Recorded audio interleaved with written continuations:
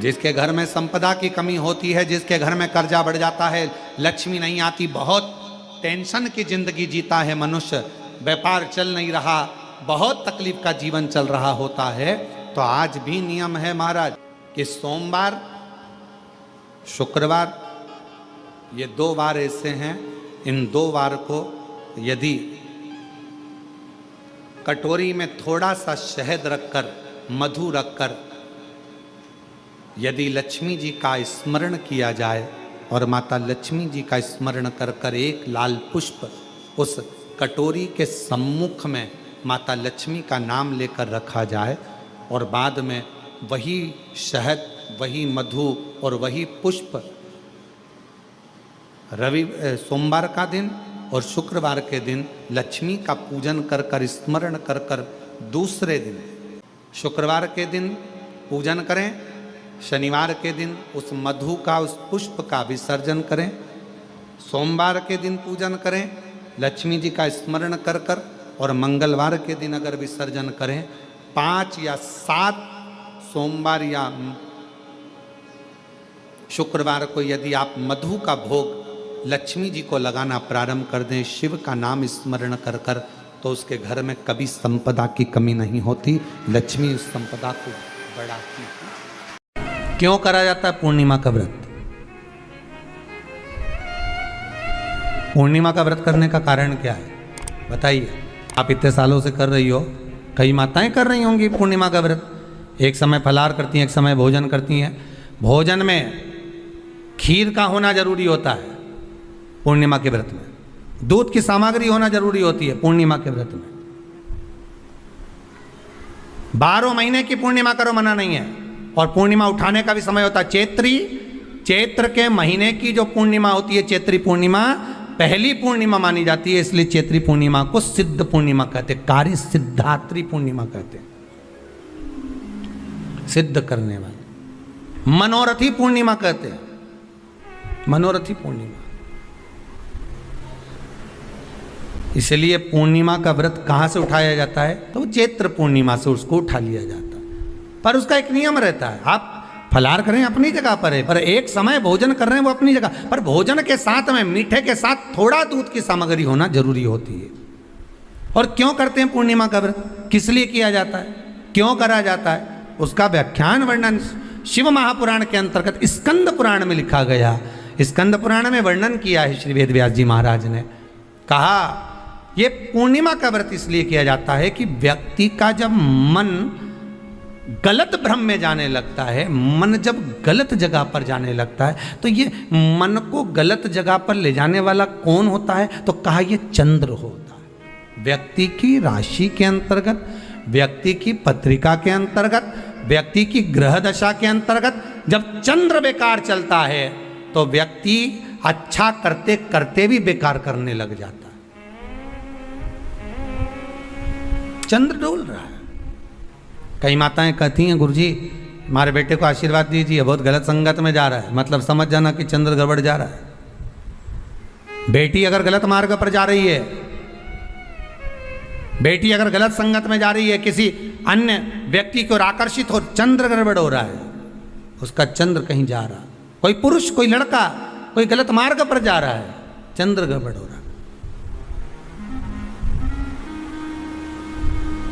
घर में जो क्लेश उत्पन्न होता है, घर में जो विवाद उत्पन्न होता है, उस विवाद को रोकने के लिए केवल चंद्र की ही, इसलिए तो पूर्णिमा घर की नारियां, हमारे हिंदू धर्म में यहाँ तक स्कंद पुराण में कह दिया कि प्रत्येक पूर्ण, आप लोग का कभी आप लोगों ने सत्यनारायण जी की कथा करवाई है? जितने लोग आस्था चैनल पर कथा सुन रहे हैं, जितने लोग फेसबुक यूट्यूब पर कथा सुन रहे हैं, यूट्यूब पर कथा का श्रवण कर रहे हैं, उनने कभी सत्यनारायण की कथा करवाई होगी। तो उसमें लिखा है हर कार्तिक, हर पूर्णिमा को, हर संक्रांति को ब्राह्मण सत्यनारायण भगवान की कथा या राजा या वैश्य कथा को कराता था, या बढ़िया कथा कराता। सुनी कि नहीं सुनी ये बात? सत्यनारायण भगवान की कथा में लिखा है, स्कंद पुराण के अंतर्गत जो सत्यनारायण भगवान की कथा का स्मरण किया उसमें लिखा है प्रत्येक संक्रांति पूर्णिमा को सत्यनारायण की कथा करवाने लगा। और ये योनि को प्राप्त हुआ, इस योनि से छूटा, इस योनि में गया।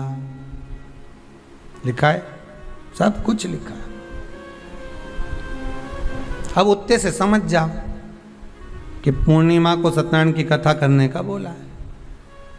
तो पूर्णिमा को सत्यनारायण की कथा का क्यों बोला? वैसे तो रोज कराओ सत्यनारायण जी की कथा, प्रतिदिन कराओ, मना नहीं है। आप क्या कोई विशेष फंक्शन है आप सत्यनारायण जी की कथा करवा, पर पूर्णिमा संक्रांति को और संक्रांति को पूर्णिमा को सत्यनारायण की कथा का स्मरण क्यों करवाया गया? क्योंकि पूर्णिमा के दिन अगर ये भगवान का व्रत रख लेगी, पूर्णिमा के दिन अगर ये खीर का प्रसाद बना लेगी, थोड़ा सा दूध की कोई सामग्री बना लेगी और भगवान को भोग लगा देगी, भले सत्यनारायण भगवान के भाव से बनाए, भले सत्यनारायण जी के निमित्तार्थ बना रखेगी, उपास रखेगी या कोई सामग्री बनाकर भगवान की पूजन कर लेगी, तो इसके घर में जो अशांति है वो शांति में बदल जाएगी। इसलिए कई घरों में आज भी सत्यनारायण भगवान की पूजन हर पूर्णिमा को करती है। माता किताब लेके बैठ जाती है, तुरंत तुरंत उन्हें ऑफिस जाना, कहीं काम पे जाना, और तुरंत तुरंत उसने तुरंत जल्दी जल्दी कलश रखा, कलश नहीं भी रखे तो भगवान की पूजन कर को रखे, ब्राह्मण देवता को बुला लेगी, ब्राह्मण नहीं आएंगे तो खुद कर लेगी, पर करती जरूर है।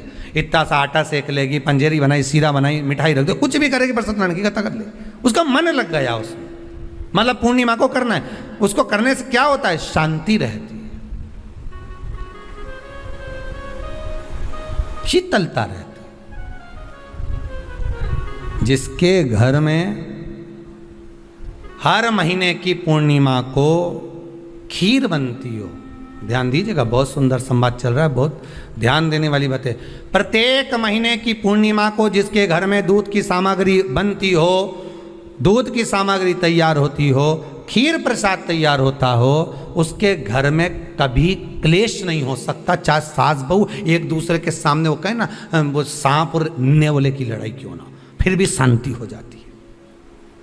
पर प्रत्येक महीने की पूर्णिमा होना चाहिए। ये नहीं कि तुमने एक महीने की पूर्णिमा पे बना लिया और दूसरे महीने की पूर्णिमा को गायब कर दिया। फिर किसी ने कह दिया आज चूरमा तो बन रहा है, दाल बाटी तो बन रही है चूरमे के साथ में, लड्डू बन रहे हैं, तो काहे को खीर बना रही हो? तो तुमने अब वो खीर प्रसाद। शिव महापुराण की कथा तो यहाँ तक कहती है महाराज जी कि अगर मान लो आप किसी पूजन को कर रहे हैं और पूजन में आपको लगता है कि गलती हो रही है,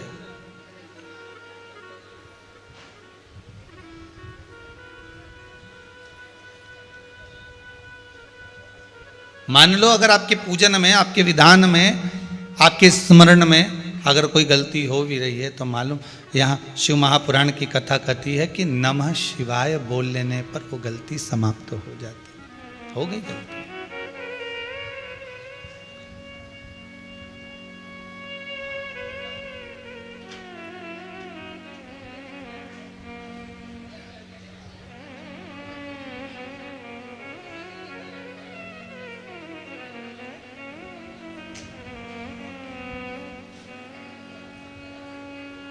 एक बार प्रेम से बोले नमः शिवाय। अब हमने तो नमः बोला, आपने शिवाय बोला, तो 3 ही अक्षर तो बोले हो, 5 तो पूरे करो। बस यही तो गलती है ना। अब 3 पे अटक कर रहे। आतुरता इतनी रहती है ना कि वो उसमें गड़बड़ी हो जाती है। नमः शिवाय, नमः शिवाय, नमः शिवाय। केवल उस मंत्र का स्मरण ही कर लेना। अगर आप पूजन में गलती कर रहे हैं, पूजन कर रहे हैं, स्मरण कर रहे हैं, भगवान की भक्ति को धारण कर रहे हैं, भगवान का स्मरण कर रहे हैं, आपको लग रहा है कि मैं पूजन कर रहा हूँ, मैं पाठ कर रहा हूँ, मैं स्मरण कर रहा हूँ, मैं भजन कर रहा हूँ, पर उस भजन में भी अगर कोई त्रुटि हो गई है, तो मात्र पंचाक्षर मंत्र का स्मरण कर लेने पर भी वो सुख का भान एकाग्रित हो जाता, वो सुख का भान मिल जाता।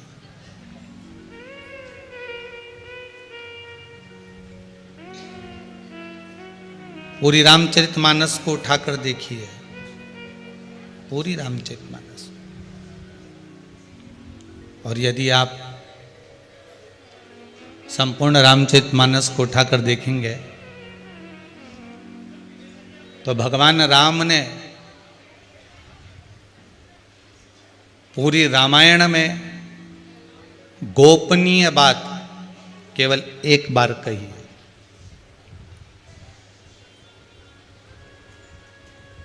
केवल एक बार।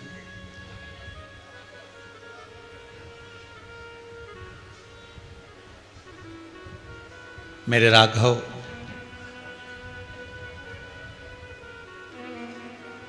अपने मन की बात को, अपने हृदय की बात को, जिस समय पर भगवान राम जी के अयोध्या वापिस आ गए, अवध में राज्य स्थापित हो गया, विराजमान हो गए, संपूर्ण परिवार के लोग आकर एकाग्रित हो गए। संपूर्ण परिवार के लोग जब आकर इकट्ठे हुए और एकाग्रित होने के बाद में जब उन्होंने देखा कि यहाँ पर खास खास लोग बैठे हुए हैं और सब अपने बैठे हुए हैं एकाग्रित होकर, तब राम जी ने मौका देखकर अपने हृदय की बात को वहां प्रकट किया।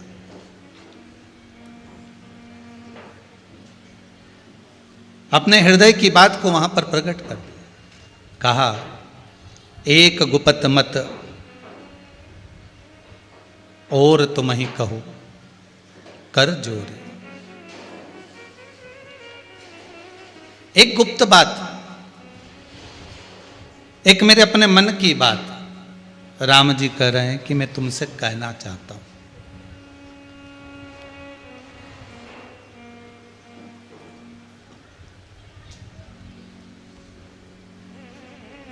और वो गुप्त बात जो मैं तुमसे कहना चाहता हूं, राम जी महाराज कह रहे हैं, ये मैंने किसी से नहीं कही, पर अपने परिवार वालों को मैं बताना चाहता हूं कि सबसे गोपनीय, रामचरित मानस की सबसे गुप्त बात, गोपनीय बात जो भगवान राम खुद अपने परिवार को कह रहे हैं, वो राम अपने मुख से कह रहे हैं। पूरी रामायण में आप छाट कर देखना, ये चौपाई को निकाल कर देखना कि एक गुपत मत और तुम ही कहो कर जोरी। राम जी जो विशेष निमंत्रण होता है या कोई विशेष बात होती है तो उस पर ही हाथ जोड़े जाते हैं कि मैं हाथ जोड़कर तुमसे एक बात आज कह रहा हूं कि शंकर भजन बिना नर भगति ना पावहि मोरी।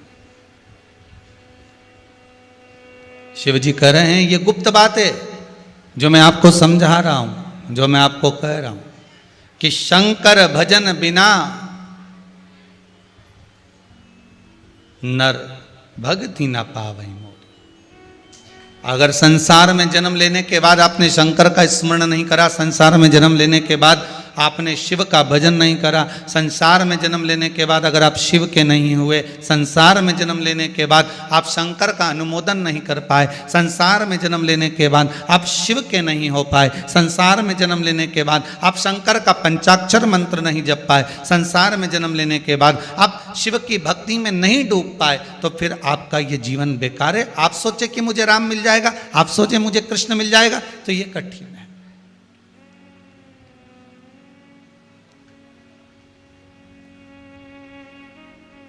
मधुमक्खी साधारण मक्खी से बड़ी होती है। अरे बोलो सही है कि गलत है? चलो साधारण मक्खी को भी देख लो। एक मक्खी उड़कर सब्जी वाले के तराजू पर बैठ गई।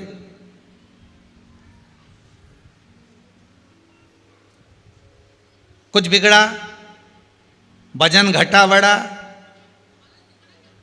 तराजू पर बैठ गई, वजन कोई घटा बढ़ा नहीं। और तुम सुनार की दुकान पर सोना खरीदने जाओ और एक मक्खी, समझ गए, बस सोना तोलने के तराजू पर जाकर बैठ जाए तो 10,000 की कीमत तो यूं ही बढ़ जाए। बोलो सही है कि गलत है? बड़ी कि नहीं बड़ी? मक्खी वही है, सब्जी के तराजू पर जाकर बैठी है तो उसकी कीमत नहीं बढ़ी, पर सोने के तराजू पर जाकर बैठ गई तो उसकी कीमत 10,000 की हो गई। उसी तरह संसार का मनुष्य मक्खी की तरह है, किसी दूसरी जगह जाकर बैठेगा तो कीमत नहीं बढ़ेगी, पर शिव की कथा में बैठ गया तो 10,000 के मोल का होगा, कीमत बढ़ गई। मनुष्य वही है, मानव का शरीर वही है, मानव की देह वही है। कीमत बढ़ गई उसकी।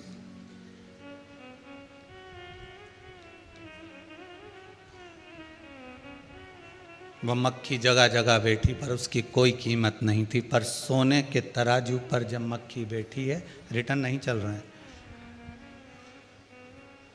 सोने के तराजू पर जब मक्खी बैठी है तो उसकी कीमत बढ़ गई। मात्र सोने के तराजू पर बैठते ही कीमत बढ़ गई।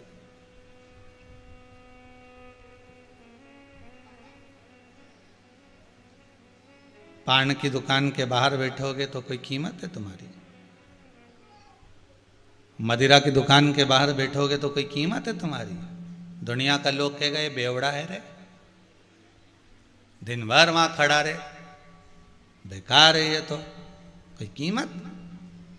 जहां लोग बैठ के पत्ता खेलते हो वहां जाकर खड़े भी हो जाओगे तो कोई कीमत बढ़े तुम्हारी? अब टाइम पास करे न पत्ता खेलता फिरे।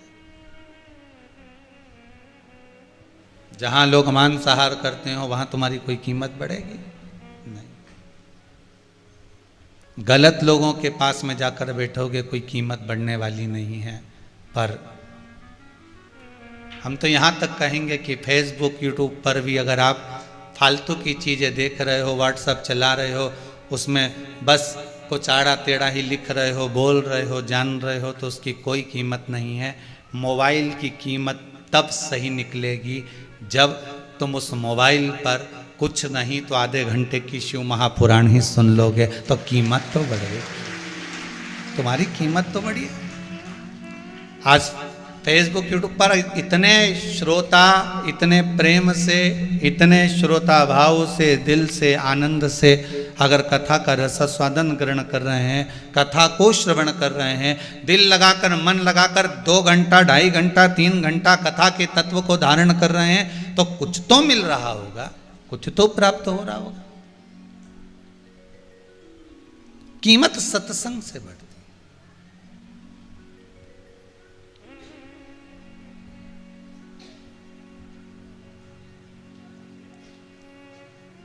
किस जगह पर जाकर क्या बोलना है,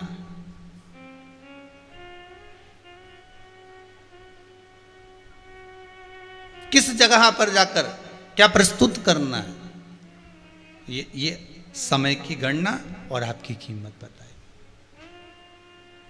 एक बार अकबर ने बीरबल से कहा, ए बीरबल, तेरे पिताजी को नहीं देखा रे बहुत दिन से,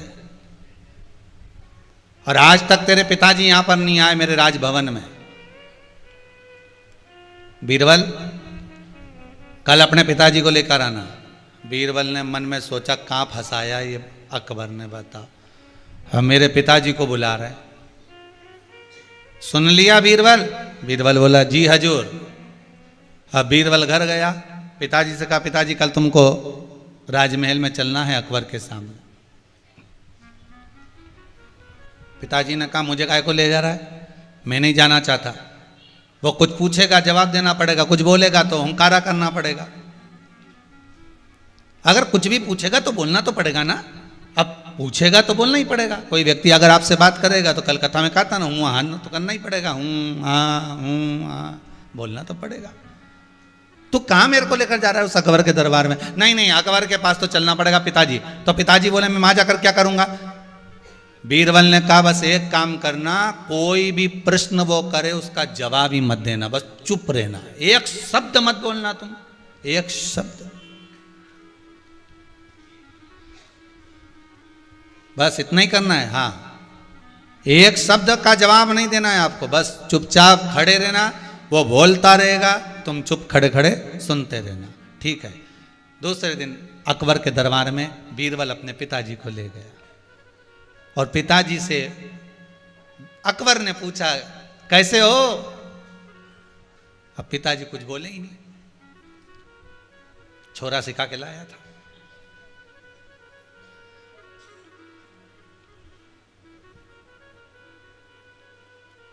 फिर अकबर ने पूछा, भोजन वोजन कर लिया तुमने, रोटी वोटी खा ली?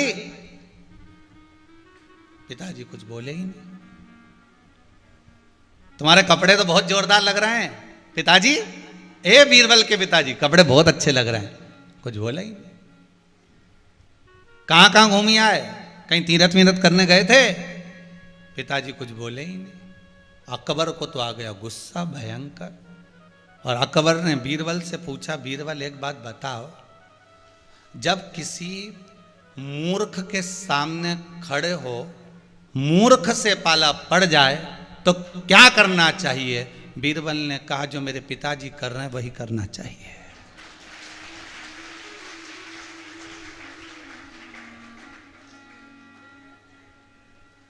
क्या करना चाहिए? समझ गए क्या? हाँ, इतनी तो समझ जाना चाहिए तुमको। शिवपुराण इतने समय से सुन रहे थे, थोड़ी तो जो मेरे पिताजी कर रहे हैं बस वही करना चाहिए। अगर मूर्ख से पाला पड़ जाए, कोई अपशब्द कर रहा है, ताने दे रहा है, गाली दे रहा है, आड़ी तड़ी बातें कर रहा है, कोई हमारे धर्म की, हमारे शास्त्रों की निंदा कर रहा है, कोई वेद और पुराण की निंदा कर रहा है,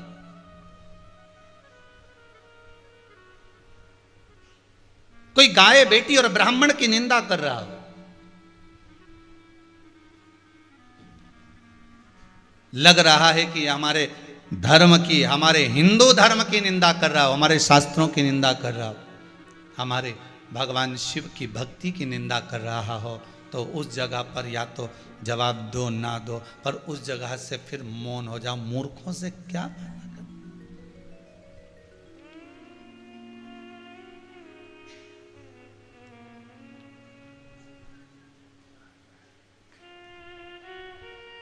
मौन हो जाए, चुप।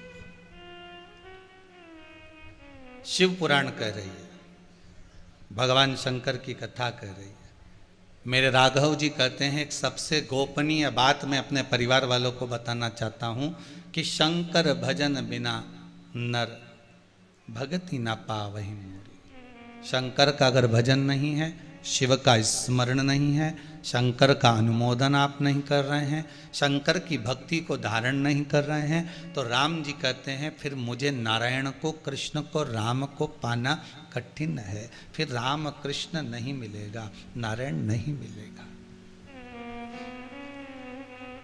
नारायण नहीं मिलेगा, राम कृष्ण नहीं मिलेगा, बड़ा कठिन है। फिर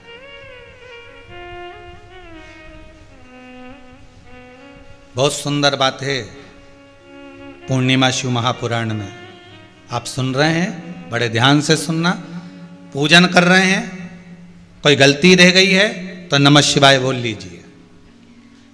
माला जप रहे हैं, किसी की भी जपें, आपका इष्ट देव कोई भी हो, राम जी हो, कृष्ण जी हो, भवानी जी हो, दत्त जी हो, आप जिस देवता को जपना चाहते हो जपो, मना नहीं है। पर इष्ट देव आपका कोई भी हो, भजन आप किसी का भी कर रहे हो, पर उस भजन को करने से पहले पंचाक्षर मंत्र जप लीजिए। क्या जपना है? नमः शिवाय। क्यों? अगर हमसे गलती हो गई, हमसे कोई त्रुटि हो गई, तो वो गलती सब माफ हो जाए, छूट जाए।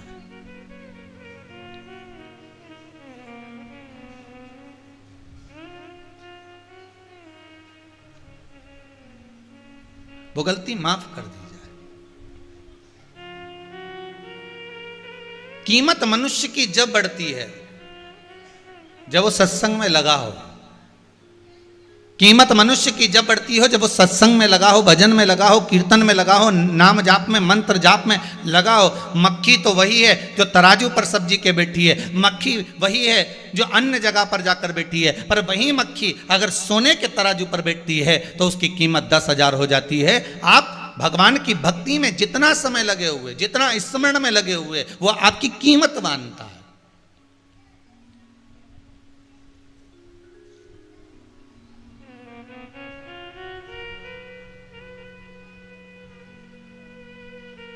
कोई कहता है कि भगवान अपने भक्तों को दुख क्यों देता है? शिव महापुराण की कथा कहती है भगवान अपने भक्तों को दुख इसलिए देता है कि जितनी मेली चादर है उसको धोना तो पड़ता है ना, घिस घिस के, रगड़ रगड़ के।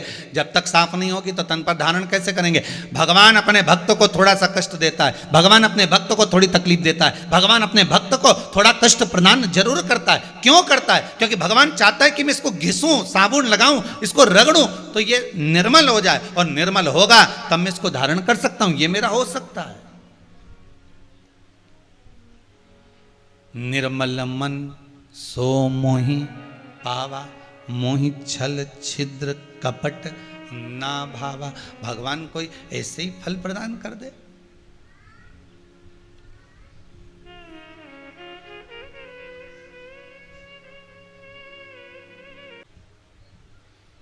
कुछ नहीं बिगड़ा।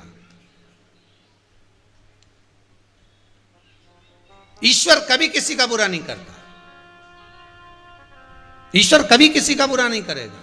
अगर धनेश्वर को वो फल नहीं मिल रहा जो फल माता रानी ने बताया, जो चंडी देवी ने बताया, अगर वो फल धनेश्वर को नहीं मिल रहा है तो इसमें धनेश्वर के कुछ कर्म का भाग होगा, कुछ कर्म का भाग होगा। आप मेहनत कर रहे हैं, बहुत मेहनत कर रहे हैं, आप एग्जाम में बैठ रहे हैं, आप इंटरव्यू दे रहे हैं, आप बार बार प्रयास कर रहे हो, अगर फल नहीं मिल रहा,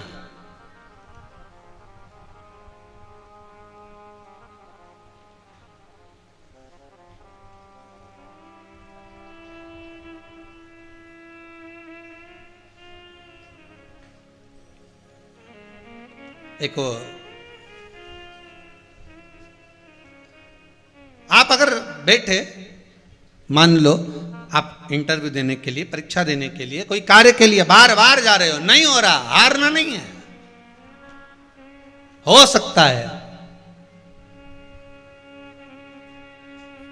हमारा कहीं का थोड़ा सा बुरा कर्म होगा जिसके कारण बस हम सफलता की ओर नहीं बढ़ रहे, पर विश्वास तो है ना भोलेनाथ जी पर, विश्वास तो है ना कुबेर भंडारी पर, विश्वास तो है ना मेरे शंभू पर, मेरे महाकाल राजा, मेरे विश्वनाथ पर।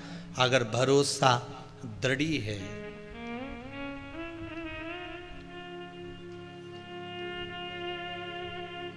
जब भरोसा दृढ़ हो जाए, विश्वास पूरा पक्का हो जाए, तो भगवान भी सोचता है कि अब कुछ भी हो इसको फल देना जरूरी है। चंडी देवी ने कह दिया फल तो मिल जाएगा, लगा हुआ भी मिल जाएगा, बस उसको ले जाकर तेरी पत्नी को खिला देना। अब वो फल लेकर चंडी देवी के बताए अनुसार चला भी गया, फल लगा हुआ मिल भी गया, पर बार बार नीचे गिर रहा है, बार बार नीचे टपक रहा है, वो जा ही नहीं पा रहा, चढ़ ही नहीं पा रहा, फल तोड़ ही नहीं पा रहा। सामने लगा, किसी किसी के साथ होता है, भोजन की थाली लगी लगाई रहती है, बस ये प्रॉपर्टी बिक जाएगी, ये ऐसा हो जाएगा, अब की बार मैंने पूरी तैयारी कर ली, इंटरव्यू में पास हो ही जाऊंगा, अब की बार मेरा नंबर लगेगा ही, पक्का है। एकदम भोजन की थाली लगी लगाई, गुलाब जामुन, पेड़ा, भजिया, पकोड़ा, दही बड़ा, इमरती, और अब की बार तो रसगुल्ला भी धरा था, पूरी थाली तैयार थी, सामने आ भी गई। इतनी देर में काका जी आ गया, पूरी थाली उठा के ऊके देना पड़ा।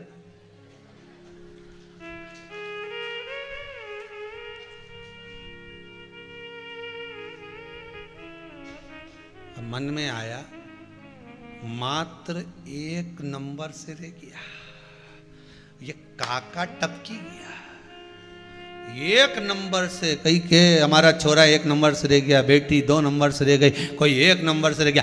कारण क्या है? थाली तो तैयार थी, रसगुल्ला भी आ गया था, गुलाब जामुन भी आ गया, इमरती, भजिया, पकोड़ा सब तैयार है, बहुत जोरदार लगी, एकदम जोरदार तैयार।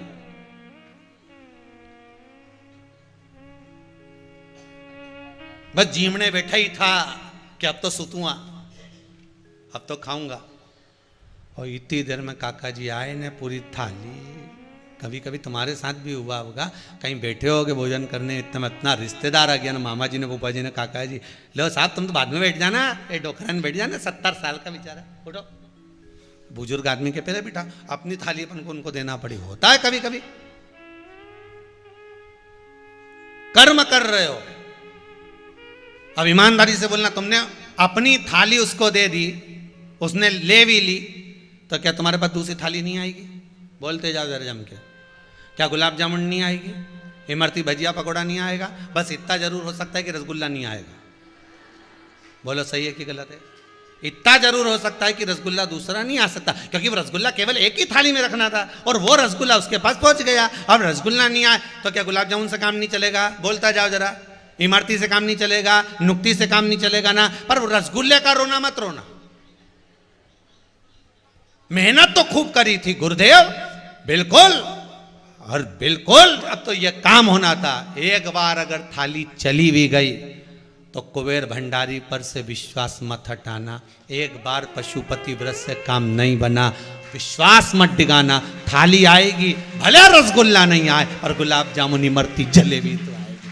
तेरे सामने थाली तो वो लाकर रखेगा, उसका नाम ही कुबेर भंडारी है जो भंडार भरता रहे। कोई साधारण हो सकता है? उसका नाम विश्वनाथ, महाकाल राजा, अकाल मृत्यु वो मरे जो काम करे चंडाल का, काल उसका क्या बिगाड़े जो भक्त हो महाकाल का। शंकर के उपासक हो तो भय मत लेना, शंकर के उपासक हो तो डरना मती। थाली जाए जाने दो, आएगा, लगेगी, आएगी।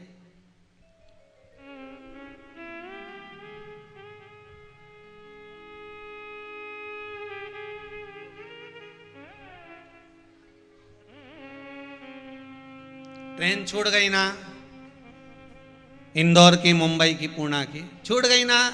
अब कहीं करोगे, रोगा?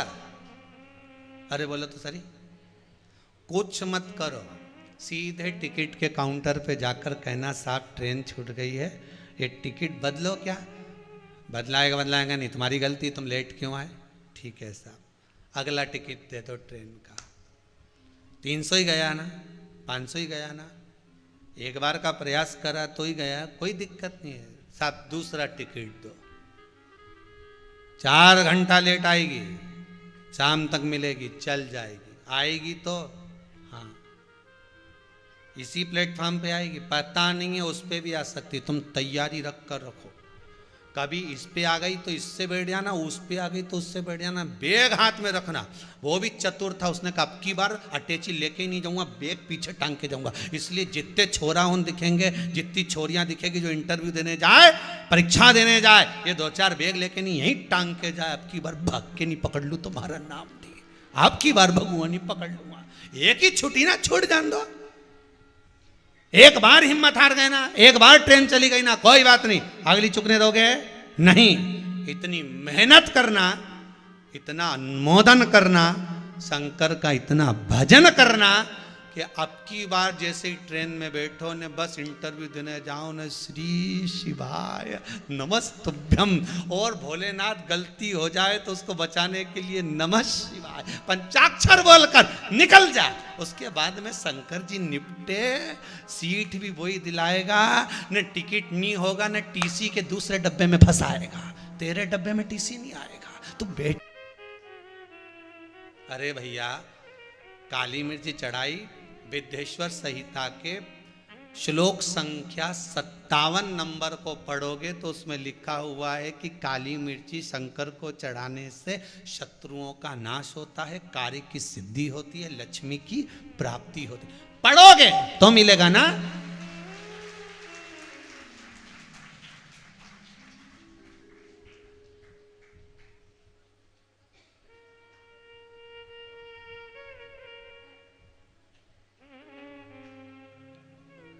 कुछ प्राप्त होगा, फिर वही बात कहेंगे, कड़प ने तो शंकर भगवान पर मुंह में पानी भरकर भगवान शिव पर थूक दिया था। नहीं था कुछ तो मांस का भोग लगा दिया था। पंडित जी ने उन शंकर जी को पिंजरे में बंद कर दिया था, ना जाने कौन मांस पटक कर जाता है। पिंजरे की एक टान, जैसे मिट्ठू का पिंजरा होता है, तोते का पिंजरा होता है, उसकी एक टान टूट गई और शंकर के शिवलिंग को लग गई। शिवलिंग में से रक्त बहने लगा। कड़प को लगा आज मेरे भगवान की आंख फूट गई। अब शिवलिंग में उसको आंख नजर आ रही थी, जरा देखिए, मेरे भोलेनाथ जी की एक आंख टूट गई, आंख फूट गई तो रक्त निकल रहा है, मैं क्या करूं? अब मैंने किसी के प्रवचन में नहीं सुना कि क्या करना चाहिए, पर मेरी मां ने कहा था कि कोई अंग अगर बेकार हो जाता है उसकी जगह पर वही चीज दूसरी लगाई जाती है। यहां की चमड़ी बेकार हो गई तो जंघा की चमड़ी निकाल कर लगा दी जाती है। उस कड़प को याद था, उसने कहा मेरे शिव को अगर शंकर की आंख फूट गई है, चली गई है, समाप्त हो गई है, तो कड़प ने कहा मैं अपनी आंख निकाल कर लगाऊंगा। उसने त्रिशूल उठाया, अपनी आंख निकाली, शंकर को लगा दी। यहां तो शिव को आंख लगाना थी, शंकर प्रकट होकर उसको आंख वापस प्रदान कर दी, वापस नेत्र दे दिए। अपने पास कुछ नहीं रखता वो, तुमने जो दिया उसको वापस दे देता है। इसीलिए तो हर किसी से कथा भी नहीं करवाता वो। पैसा उसी का खर्च मेरा भोलेनाथ अपने ऊपर करवाता है जिसको वापस देना है। नहीं तो दुनिया में ऐसे ऐसे करोड़पति पड़े हुए हैं जो मन में अभिलाषा लेके बैठे हैं, हम भी कथा कराएंगे, हम भी कथा कराएंगे, बस ये हो जाए हम कराएंगे, ये हो जाए हम कराएंगे। भगवान उनकी कथा ही नहीं होने देता, और पक्की हो भी जाए तो कैंसिल हो जाती है। क्यों? भगवान कह रहा अगर इसने 500 रुपए खर्च करे तो मुझे 1000 इसको लिफाफा में देना पड़ेगा, इसलिए इसके 500 मेरे ऊपर खर्च ही नहीं करवाना, इसकी तो गलत जगह लगा दो, नहीं का छोरा गया ने लगाया यार। लगाना थे भोलेनाथ जी के टीके में, वो लगाया ठेके में।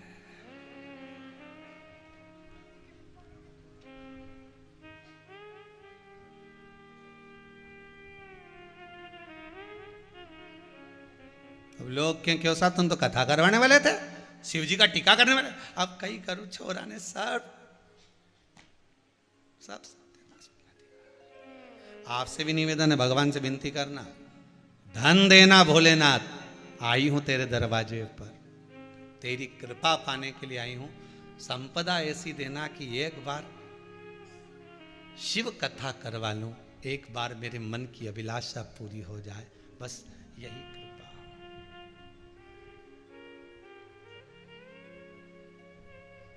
बस यही कृपा।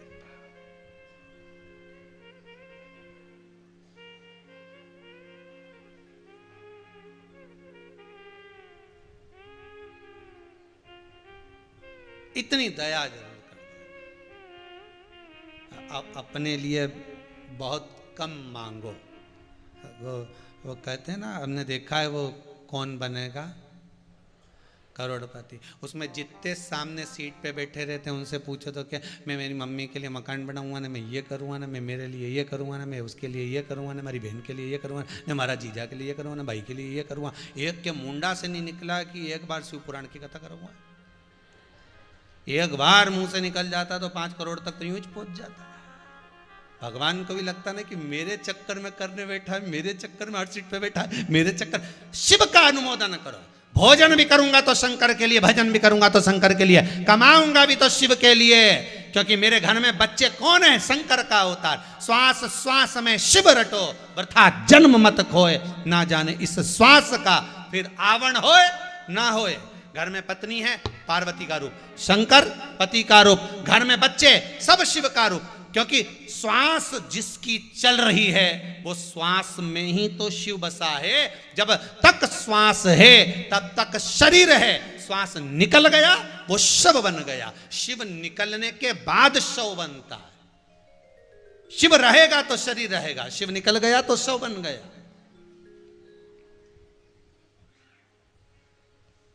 अरे इनके चक्कर में मत पड़ना, संसार वालों के चक्कर में, परिवार और संसार के चक्कर में पड़ोगे कुछ नहीं होगा। 10 दिन 12 दिन आंख में से आंसू झड़ाएंगे और बाद में 13वें के दिन नुक्ति झड़ेंगे। कोई नहीं याद करेगा। 13वां में 12वां के दिन जैसे ही मरे 10 दिन 11 दिन तो लोग याद करेंगे, और 12वें के दिन कहेंगे गरम पूड़ी ला रे, गरम ला। अब बेचारा वो मरी गया, ठंडी खा ले, गरम गरम लाओ साल। बताओ इतना रिश्तेदार जरा गरम लिया, अपना वाला के तो गरम, अपना वाला के तो गरम गरम खिलाओ, नहीं तो पंडित जी के हमने 13 के तो गरम ही खिलाई, उनके।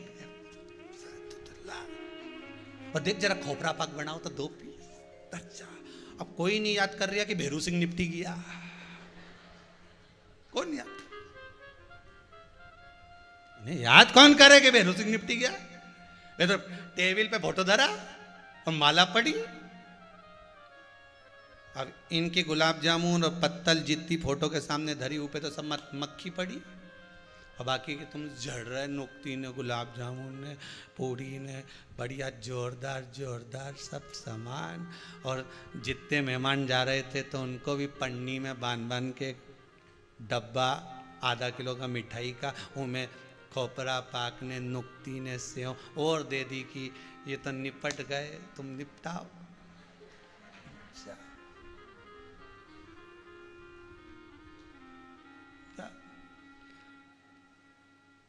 अब बोलो इसके बाद भी, तेरा तेरा दिन याद करे, क्यों रे मन सुमिरन क्यों नहीं करे।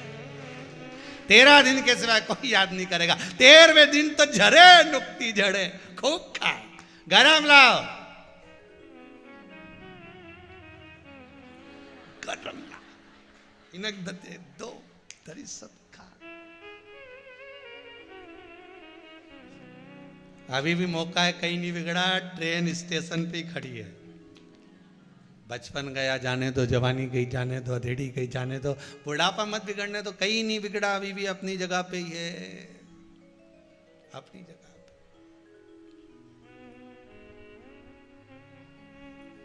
काया कितनी भी सुंदर होगी, एक दिन बुढ़ापा आएगा तो झुर्री तो पड़ेगी। जब सियोर वाला महाराज कहीं उड़ी गया तो तुम्हारा कहीं बचने वाला, बोलो तो ईमानदारी की बात। दूसरे की क्या बोले, अपन तो अपनी बोलो नहीं। उदाहरण भी दो तो अपना दो, दूसरे का कहीं काग दो, कहीं करो उदाहरण दूसरे का देगा। काया कितनी भी सुंदर हो, एक दिन बुढ़ापा आते आते यूं लटकी जाए। चाहे बादाम खा लो, चाहे काजू खा लो, चाहे कितने फेरन लवली लगा लो, सब झुर्रा जाए। और कितना भी ताकतवर हो, अरे साहब वो बिल्डर बॉडी, वो कि मेरी बॉडी ऐसी, और मैंने कईयों को पछाड़ दिया, मेरी दम क्या देखी तूने, अभी तुमने देखा क्या? मैं अच्छा अच्छा दमदार उनके भी देखा ना, बेचारा खाक में पड़े, उनके भी 4 लोग तो के ले जा रहे हैं, राम नाम सत्य कह रहा है। तो क्या कौन मर गया? क्या पहलवान साहब मर गए? तो क्या इतना पहलवान था तो काय को मारा, दूसरे के मार देता? नहीं साहब, पहलवान साहब निपट गए। क्या कांका पहलवान था, 50 कुश्ती लड़ी, स्टेज पे आता था नहीं तो ऐसा तेल में लगा ही नहीं, सो ऐसे बॉडी सॉडी दिखाए, कई पहलवान था। तो क्या कहां गया?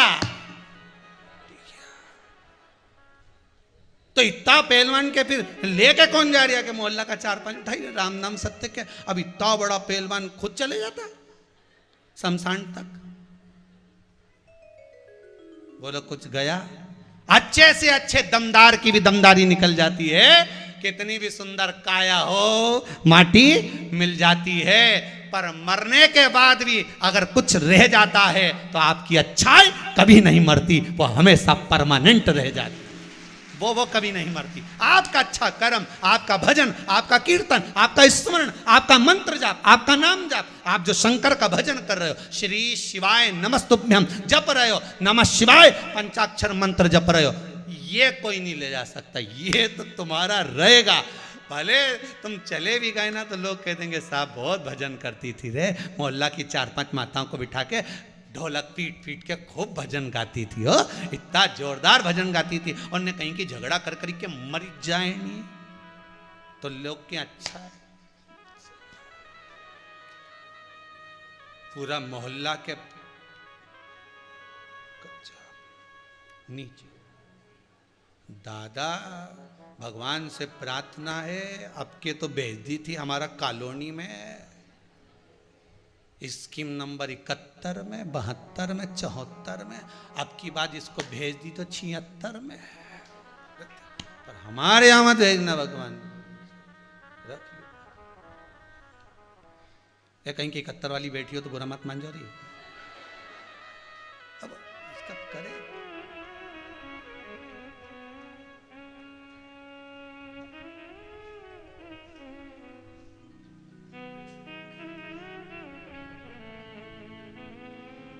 कल की कथा कहें, कल जो लोग यहाँ रुके होंगे उनको मालूम होगा, शाम को 5-6 बजे बड़वानी का लोग आए थे कथा लेने के लिए, अध्यक्ष वगैरह, तो वो कथा सुना रहे थे कि हमारा क्षेत्र का लोग जब कथा सुनने बैठे गुरुजी, और वो माइक की आवाज़ जब तक तेज रहे नहीं तो हमारी अम्मा उन सब पलंग पे रहे, और जैसे ही माइक की आवाज़ थोड़ी भी कम हो तो अम्मा उचक के तुरंत टीवी के पास बैठ जा, हमारा छोरा और उनकी वीडियो बनाए।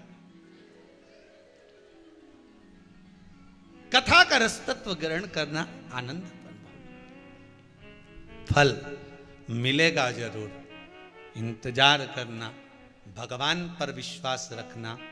धनेश्वर ने उस फल को पाने के लिए सदगुरु की शरण ली। गुरुदेव, माताजी ने कहा था 21वें दिन फल मिलेगा, मेरे को फल मिल गया, सामने लगा भी है, पर मैं खा नहीं पा रहा हूं, मैं लेकर आ नहीं पा रहा हूं, मैं चढ़ता हूं, गिर जाता हूं, बार बार प्रयास कर रहा हूं पर नहीं मिल रहा। जब बार बार प्रयास करने के बाद थाली खसक जाए, भोजन ना मिल पाए, कोई काम ना हो पाए, तब सदगुरु के पास जाना। गुरु कुछ भी एक उपाय बता देगा, बाबा कहीं करुणा कर देगा, फिर फल मिल ही गया। धनेश्वर को कहा एक काम कर, जिस वृक्ष पर चढ़ रहा है आम के, देवी ने बताया है ना, चंडी देवी ने उस फल को बताया है ना, चंडी देवी ने उस वृक्ष को बताया है ना, तो अगर भगवान ने उस वृक्ष को प्रेरणा दी है तो वो वृक्ष साधारण नहीं हो सकता। उसको विनती कर, हे वृक्ष देव कृपा करोगे, हमको ये फल दे दीजिए।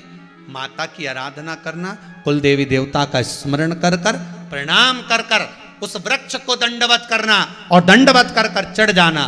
तब धनेश्वर ने उस वृक्ष को दंडवत करी। अब दुनिया के लोग कहेंगे बताओ बेलपत्री के पेड़ को दंडवत करने से क्या होता है, लोग कहेंगे पीपल के पेड़ को दंडवत करने से क्या होता है, लोग कहें कि बड़ के पेड़ को दंडवत करने से क्या होता है। ये हिंदू धर्म है, हमारा शास्त्र है, हमारे यहां वृक्षों की भी पूजन होती है तो नदियों की भी पूजन होती है, पशु और पक्षियों की भी पूजन होती है। प्रणाम कर, चढ़, क्यों ना मिलेगा तुझे। गया, धनेश्वर ने जाकर प्रणाम किया।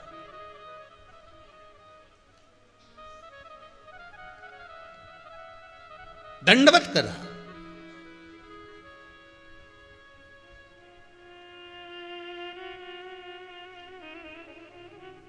देखिएगा,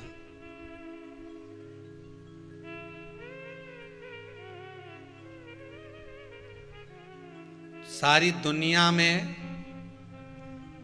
बोली जाने वाली सबसे मीठी बोली कौन सी है? सारी दुनिया में बोली जाने वाली सबसे मीठी बोली कौन सी है? तो कहा मतलब की बोली। कौन सी बोली है? सारी दुनिया में जितनी बोली बोली जाती है उसमें सबसे मीठी बोली होती है मतलब की। इतने प्रेम से बोले, इतने प्रेम से, ए जी, जैसे ही प्रेम से बोले तो खसक लो जी, नहीं तो 500 गया जी। प्रेम की मीठी बोली सबसे, अगर सबसे मीठी बोली पूरे विश्व में, संसार में अगर कोई चीज की है तो वो केवल मतलब की बोली है। अगर व्यक्ति का मतलब है तो वह आपसे इतना प्रेम से बोलेगा जैसे वो फोन लगाओ तो नहीं बोले 500 का रिचार्ज कराओ, नहीं ये कराओ, नहीं वो कराओ, और जब तुम्हारा बैलेंस नहीं आए और तुम डबल से फोन लगाओ तो इसी अल्लाह के बोले, चिल्ला के बोले। जब किसी से किसी को धन लेना हो, भैया जी, काका जी, मामा जी, बुआ जी, फूफा जी, नाना जी, और जब तुम अब उसके यहाँ लेने जाओ तब कहीं खा के भग रिया है, दे देंगे, हम कोई खा के भग रहे हैं क्या? देंगे। प्रेम अर्थात मीठी वाणी मतलब की हो, मीठी बोली मतलब की। फल नहीं मिला, कैसे? दंडवत करा, प्रणाम करा। भगवान को प्रणाम करना तो मतलब के लिए मत करना, भगवान को प्रणाम करना तो वो कर रहा है तो ठीक है, दे रहा हो तो ठीक है, नहीं दे रहा हो तो ठीक है, अपन अपना कर्म करना मत छोड़ना। कर्म करते रहोगे तो एक ना एक दिन तो फल मिलेगा। एक पहले कथा सुनाई थी, याद होगी, एक गुरुजी ने अपने चेले से कहा कोई एक नियम ले ले। उसने नियम लिया कि मेरे पास में कुमार रहता है, उसका मुंह देखूंगा तभी भोजन करूंगा।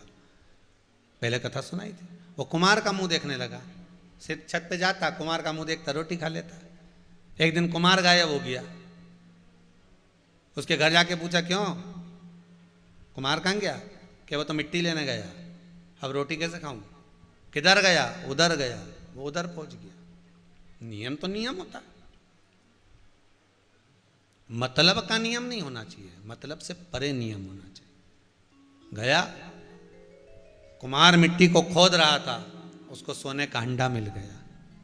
ये दौड़ कर गया, इसने कुमार का मुख देखा, देखते से ही बोला देख लिया देख लिया देख लिया, और भाग गया। और कुमार ने सोचा इन्हें सोने का हंडा देख लिया, और कुमार हंडे को छुपाकर वापस उसके पास गया। अरे इधर तो आ, इधर आ, जल्दी पकड़ को पकड़ा उसको, इधर आ। देख लिया? अरे क्या देख लिया? बस देख लिया।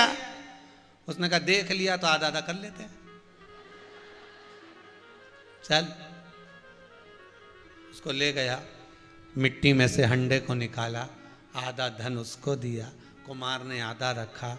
उस व्यक्ति ने जाकर गुरुजी के चरण पकड़ लिए। नियम कोई भी हो उसका फल मिलता जरूर है। ये सोने का फल, ये फल मुझे आप नियम तो बनाओ कि मुझे 7 दिन शिव महापुराण की कथा सुनना है, एक आसन से सुनूंगी,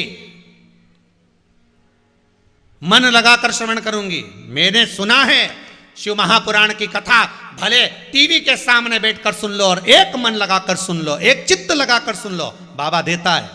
आज यहां पर ये इतने पत्र आए हैं, तो ये कोई यहां बैठकर किसी ने कथा कम सुनी होगी, पर सुनी होगी तो सबने टीवी पर सुनी होगी।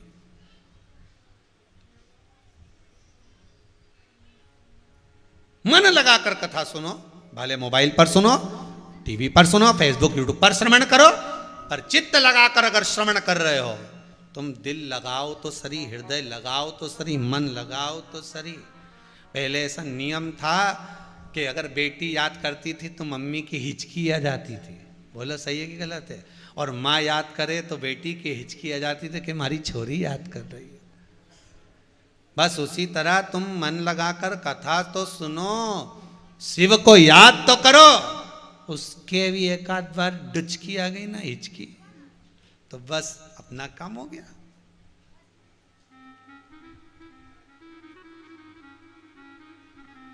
और अपन याद करें तो हिचकी उसे ही आना चाहिए।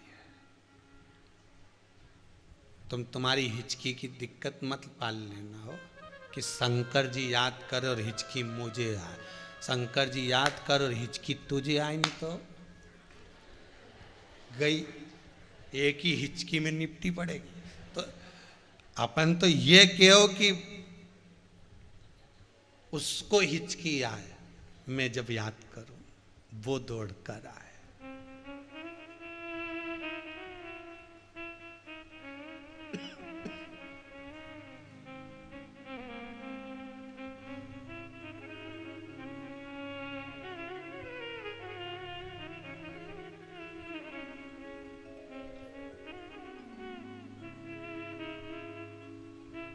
बस वही याद करें, उसके सिवाय कोई नहीं।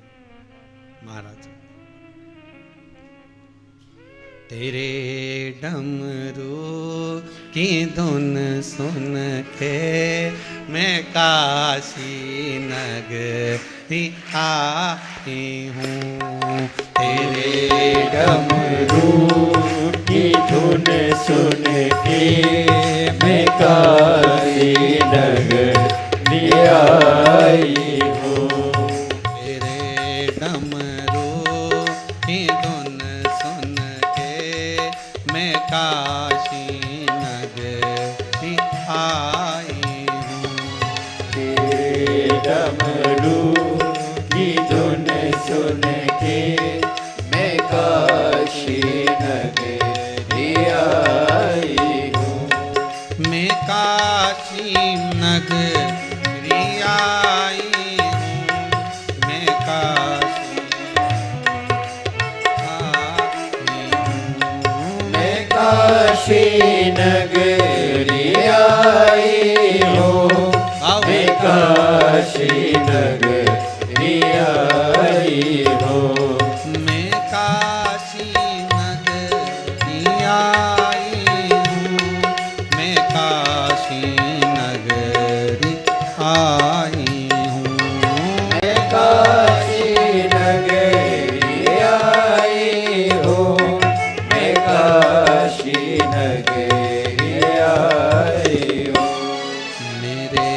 भोले ओ बम भोले मैं काशी नगरी आई हूँ।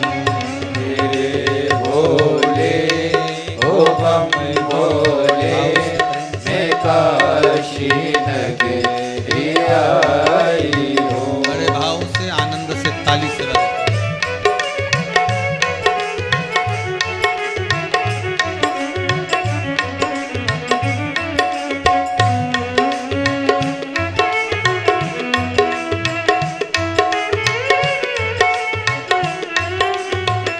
हर भोले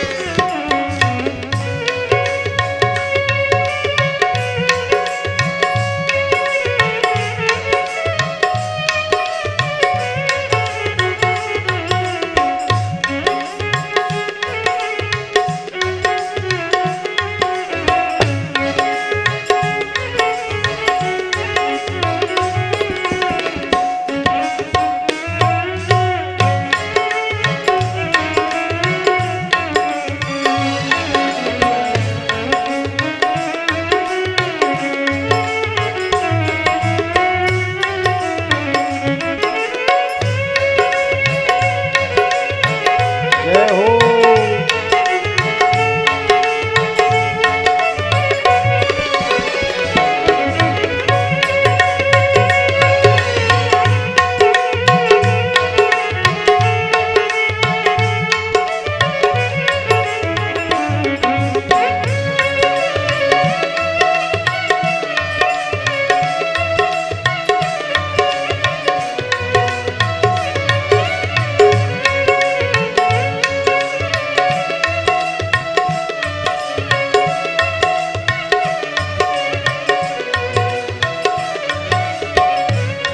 सुना है हमने ओ भोले तेरी काशी में गंगा है। सुना है हमने ओ भोले तेरी काशी में गंगा है।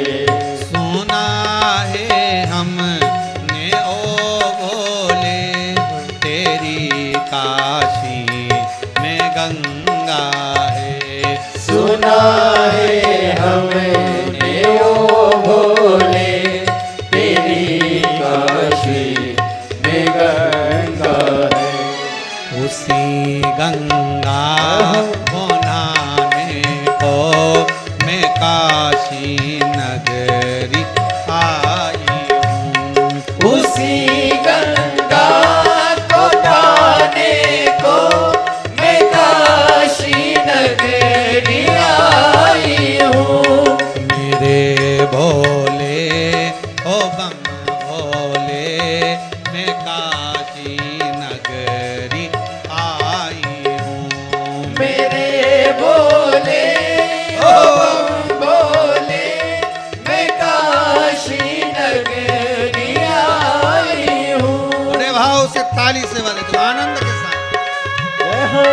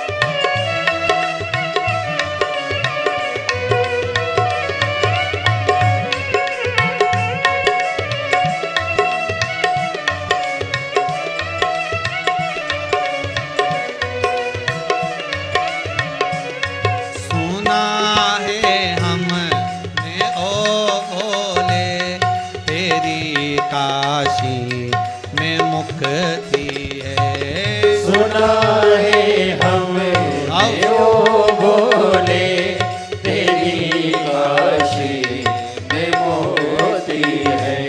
सुना है हमने ओ भोले तेरी काशी में मुक्ति है। सुना है हमने ओ भोले तेरी काशी में मोती है। उसी मोती को पाने को मैं काशी उसी मोती को पाने को मैं काशी नगरी आई हूँ।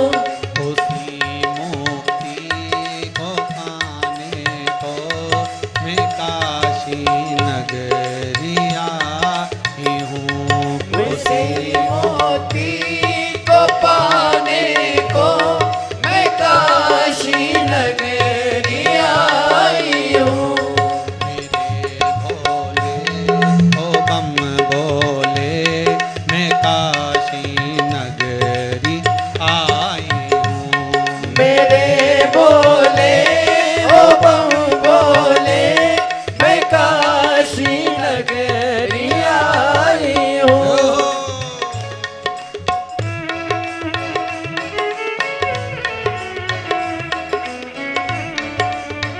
बड़े भाव से ताली सेवा देते हैं, बड़े आनंद के साथ।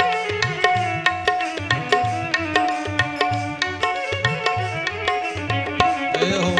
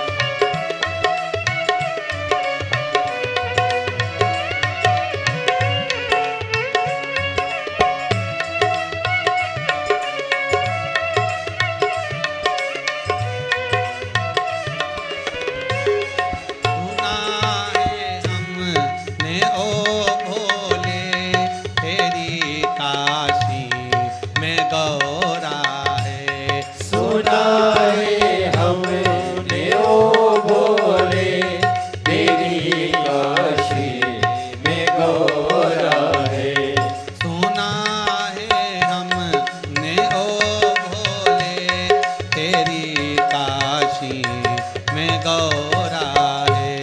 सुना है हमने ओ भोले तेरी काशी में गौरा है।